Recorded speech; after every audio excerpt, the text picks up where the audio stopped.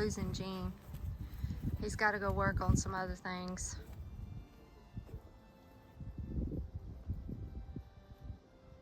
Plus, I'm stressing him out with all these jobs. On the Potager Garden, the main goal that we're going to try to shoot for this year is to get the fence up around the garden. Now, this is a big garden, and to get the fence up around this whole thing is a pretty big endeavor. But we've got plans to use cattle panel as a lot of the fencing. So the cattle panels will not only be a fence, but it will also be a trellis, a structure that we can grow things on. And maybe even in some spots, some evergreen vines or something that's just gonna make like a living wall and backdrop in this garden. But on some of them, it'll be space to where we could grow beans or, you know, some runner vines, like maybe even like in the medicinal herb garden, I could do like some passion flower vine or something like that growing on that. So that's kind of the plan. If we could just get a fence around this garden, then we could let our chickens free range. The reason I have to keep my chickens put up in their coop and in their run is because they get out here and destroy my garden and eat everything in my garden. Now, like right now, I'm letting them out because they're helping me clean my garden up.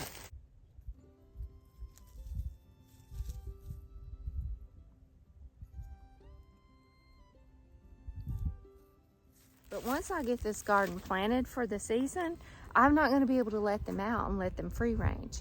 So I'm hoping that if we can get this fence up around this potager garden, I can let my chickens out all the time and let them free range, which would really be great because that's really what we want to do. But we'll see.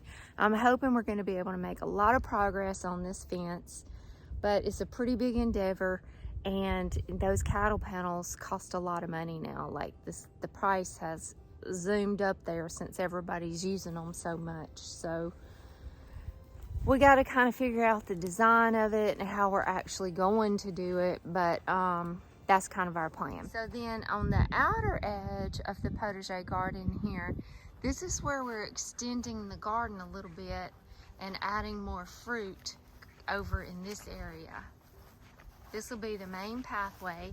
Right at the end of this pathway, I'm gonna do like an arch right here, and it will lead you into where we're adding the fruit out here.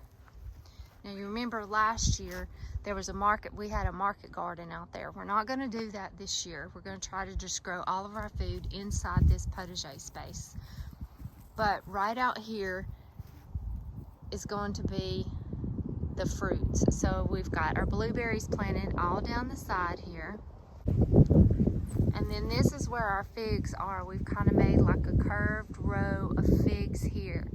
Where that last fig is, from that point, that's where we're going to start the espaliered apple trellis right here. And then it'll connect back into the potager garden. So all of this space between the blueberries and the espaliered apples, that will be space for either maybe cut flowers or other fruits. I might incorporate a few fruit trees out here. I haven't quite decided, but I've got a good bit of space right here. Or even if we did want to use this space to do like long rows of corn or long rows of watermelon or whatever, I've still got this area here that could be used for any growing like that. So the fence on this back end will be for espaliered apples, and the espaliered trellis system for the apples will be the fence. That's always been in my plan, so I'm really looking forward to that happening. So as far as all of the beds, we've got these beds built pretty good. Like, I'm pretty pleased with these. We've got to, I've got to get in here and clean them all out and get ready for the spring planting, which I'm excited about that. I've already started sowing my seeds. So I've got to get in here and get all of these beds cleaned out. It's a big, fat mess. But I'm gonna clean those out, and then we're gonna get some more loads of compost in here on all these beds. I try to add compost to all these beds at least once a year. Throughout the year, like when I'm changing things over, I'll add some to the beds if I can get my hands on it. But for the most part, I try to at least add a good load of compost right before spring planting, because we've got to continually be building our soil. I covered my olive trees. The past 2 nights we've been down in the 20s, and one night it was a wind chilled factor of 9. So I was like, I am covering those olive trees. I don't want to lose these again this year. And I got to get them uncovered because it's hot today. But what I was saying is we've got to keep rebuilding the soil, because when you're growing vegetables and things like that that require a lot to develop those fruits or vegetables, it's taking all the nutrients and minerals from your soil to develop that fruit or vegetable. And so you're depleting your soil, and we need to constantly be adding compost and nutrients, mineralization back to our soil. So I've got to get that done for sure. First, I got to clean up. These beds are a mess. I mean, look at the weeds in here. It's just really become a mess. So I'm going to get that cleaned up, get the compost in here, get the garden planted. Those are just, that happens every year, every season. But the main goals is to continue moving the fruits and incorporating the fruits into the potager, getting the fence built, and hopefully an irrigation system out here. Right now, I am still hand watering every one of these beds. Every one of them we're still hand watering. Now we've got water to every bed. I've got the water spigots. Jean's already put those in.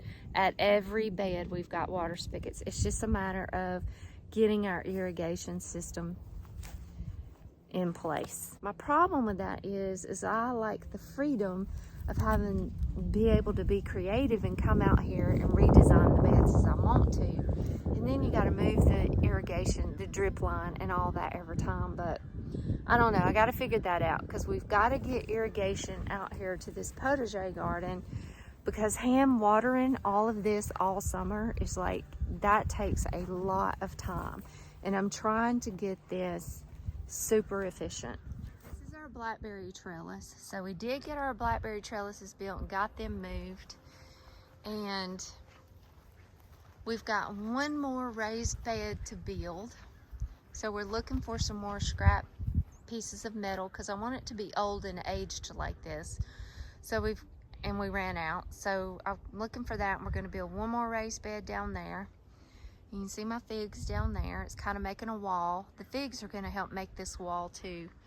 And then right here, Chase and I built this berm last fall, and there's a cattle panel laying there that I've accumulated, and that's going to go down this, and this is going to be the fence line for the potager on this back end.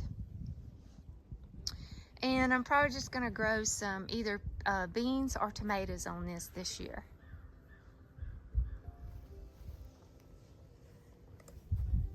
This is going to be a major project.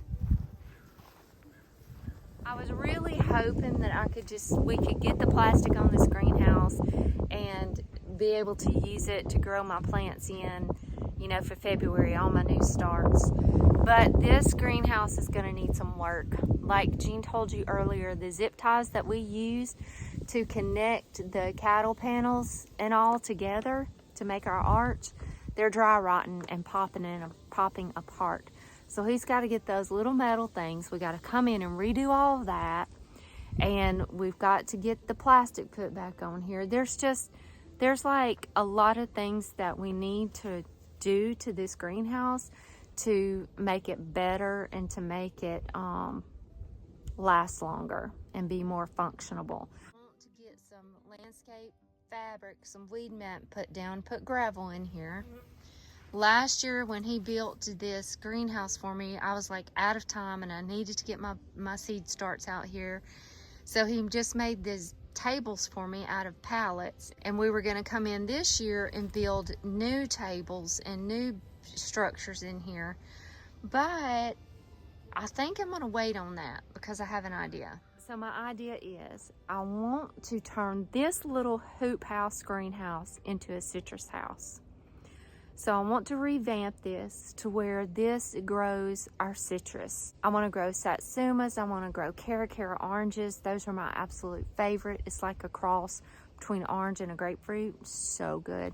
I want to grow a grapefruit. I want to grow a Meyer lemon, a lime, and some kumquats. So there's a few citrus that we really want to grow. And I want to just turn this into like a citrus house. We're probably going to have to add on to it a little bit, but that's what I want to do with this. So in doing that, we're not going to need these benches and stuff in here. So that would just be a waste. But I need a greenhouse for all of my seedlings. So that thought is right outside the greenhouse here, over here beside it, I want to build a little small window greenhouse right here. And I want to turn it into just like a little seedling window greenhouse right here. And let this one be my citrus house. So my friend Holly has some windows that I think I may be able to get from her, possibly. And if that doesn't work out, then, you know, I can just start collecting windows, or I don't know, I might find like a prefabricated greenhouse that we just want to buy and just put right here. Haven't quite decided yet, but that's kind of my plan. This will be a citrus house, and we'll make us just like a little window greenhouse for a seedling house to start seeds in. And that's my hope, that's my plan. So for this year, to be able to have a place to grow all of my seedlings. Right now I have them inside my house on my grow station, which is just where I'm starting my seeds. So then when my seeds get up and I bump them up into like 4-inch size to grow them up big enough to put them in the ground, I need a greenhouse and a lot of space with benches to put all of those plants. So this is our thought, and we don't really have time to get this greenhouse in the shape that it needs to be in time. So it's hunting season, and I don't ask Gene to do any projects until after hunting season. We have this agreement. Hunting season, he hunts, I don't bother him and ask him to do a bunch of things. Then after hunting season, he's all mine, and he does all my projects and goals. So I'm not gonna have time to get that greenhouse in shape in time. Plus, I don't want to redo all of that and build the shelves and do all that when that's not gonna be the end purpose of that. So this is our plan. This little chicken tractor has been used for so many different things, but we're gonna take this and just put some plastic over it and turn it into a little miniature greenhouse. And I can wheel it up to our house and put it right beside the house and plug in a heater and everything. And this can be my little temporary hot house. I'll just get some old tables that I've got down in the creek shed, set them up in there. And this can be my little temporary hot house until we can get this greenhouses in shape and in order and able to grow at the capacity that I want to grow. My potager garden is so big that I have to be able to grow most of all of my plants that's going in it from seed, because I can't afford to go buy all of those plant starts. Now some things I do just go buy, like heirloom tomatoes, and you know, there's some things that I do go and purchase, and that's not a big deal. But when you're talking about covering all of these beds and all of these garden spaces with $3 and $4 a piece plants, I just, you know, that's just unfeasible. So we need the greenhouse to be able to grow all of these plant starts, but I don't want to spend time and money and energy unless it is going to be sustainable, and it's not just going to be for the right now. When we do something, we're trying to do it to where it will last and we don't have to keep redoing things. So that's the plan with the greenhouses. I had to come inside my garden shed here because it is so windy outside. I'm hoping you are going to be able to hear everything that we just videoed. but I've got something really exciting to tell you guys about. So if you're new here, you may not know this, but I used to work at Petals from the Past in Jemison. It is a plant nursery and farm, and I worked there for over 12 years, and I've been friends with Jason and Shelly for longer than that, and it was just a great place to work. I was the landscape designer and design and merchandise person there, and sales, and whatever needed to be done, I just did it. So it was an awesome job. But every year, Petals from the Past has an event called Antiques in the Garden. And this is a fun event. It's a 2-day event, Friday and Saturday, April 22nd and 23rd. It's a 2-day event where Petals host all kinds of vendors of artisans and craftsmen and antique dealers and collectors, and it's just a fun day. They set up all these different vendors, set up all in the gardens and all down the drive and in the barn there. There's music playing in the background. There's a one-man band that comes, and he is awesome. He's really good. But he comes and plays, and there's music playing in the backdrop, and there's food vendors there, food trucks there, and just all these beautiful antiques and collectibles and handmade things set up all in the gardens and all over the place. And in April, the gardens are all just bursting forth and coming alive, and the retail nursery is just full of blooms and flowers, and it's just so much fun. But this year, we're going to have a YouTubers meet and greet at Antiques in the Garden. Only on Saturday, though. We're only going to be there on Saturday, April 23rd is when we'll be there from 9 to 5. We'll be there the whole day to meet and chat with any of you that want to come see us. So there's going to be 7 of us YouTubers there. So it's Jean and me, Just Dig It Farms. It'll be Jason and Brooke, and I don't know if Mary Carl's coming or not, but Jason and Brooke from Cog Hill's going to be there. Greg and Sheila Key from Hoss Tools is going to be there.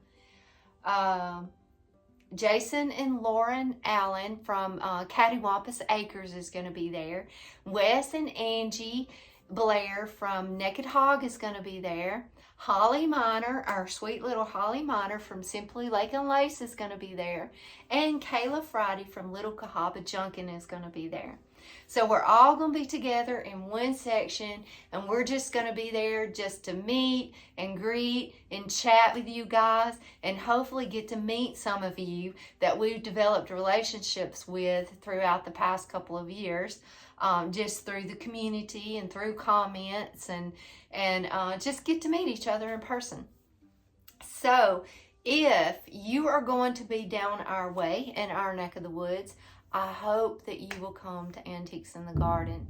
If you don't live close to us and you're out of state or, a distance away, maybe you can plan. We're on the way to the beach. We're on the way to Florida. Like, you have to pass Antiques in the Garden if you're coming from north to get to the beach. So maybe you can plan you a little beach trip at that same weekend, and you can make a stop and come see us at Petals from the Past Antiques in the Garden event, April the 23rd.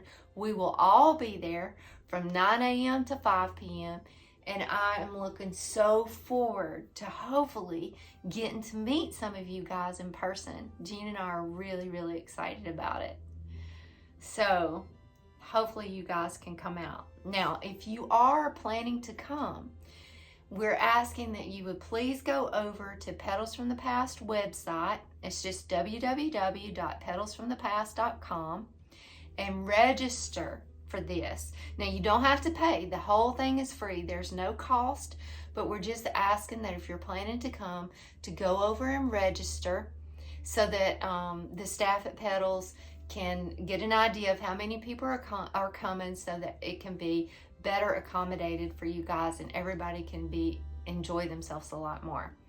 So you just go to the website, you can go to events, and then go down to Antiques in the Garden, and you'll see all of our faces on there. and it'll have a place for you to register. Just click on that and just let us know that you're coming.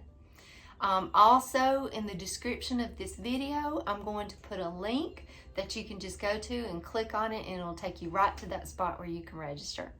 I'm looking forward to this, guys. We'll be announcing it from now until April, until the event, because I'm hoping that I can get to meet so many of you guys. So if any of you are planning to come, give us a little comment, let us know. I'm looking forward to it. So another big project that I want to get done for the Potager Garden is a composting system. I really need a good composting system, and I want to level up my composting. I just had 2 little compost bays built out of pallet structures over between the garden shed and the chicken coop, and it was too shaded. It didn't get enough sun, and it wasn't big enough. And it fell apart this past year, so I had to tear it all down. So as of right now, I have no composting system at all, and like, I need compost. So I don't want to have to buy it or haul it in. I want to use it. I want to make it from our own farm, from our goats and our chickens and our kitchen waste, and I want to create my own compost. So we're thinking about right back here. So this is the medicinal herb garden. That's like at the back end. That's at the edge of the Potager Garden here. There'll be a fence. That's where the fence line will be. It's right there. It'll come around.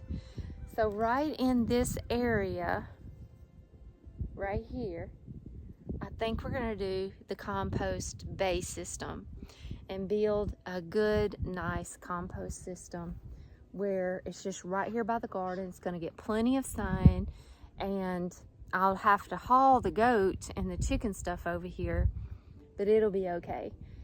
I just think this is going to be the best place for the compost system. So we're going to try to build one of those here this year.